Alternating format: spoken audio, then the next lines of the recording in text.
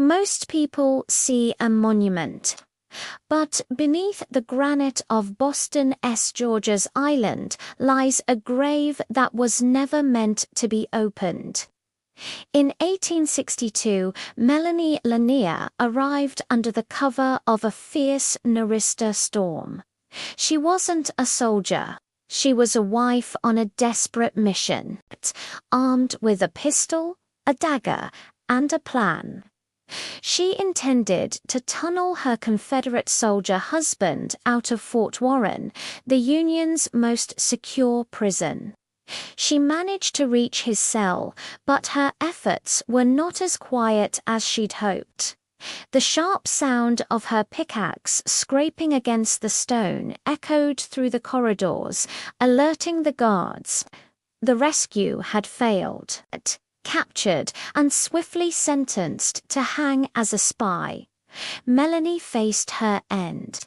She had only one final request: to die with dignity, wearing a dress. But in a fortress filled exclusively with men, no women's clothing could be found. The soldiers improvised. They draped her in a heavy black wool mess robe, a grim makeshift shroud for a woman about to be executed by the very laws of war. The execution itself was a horrifying disaster. The platform's drop wasn't high enough for a quick, humane end. Instead of an instant death, Melanie suffered immensely. She twisted and struggled at the end of that rope for 7 agonizing minutes, clawing at her throat in the dark shadow of the gallows. By the time they finally cut her down, the coarse black robe seemed to have become part of her. Since that night, it's said the lady in black has never left the fort. For decades, soldiers and visitors have reported chilling encounters.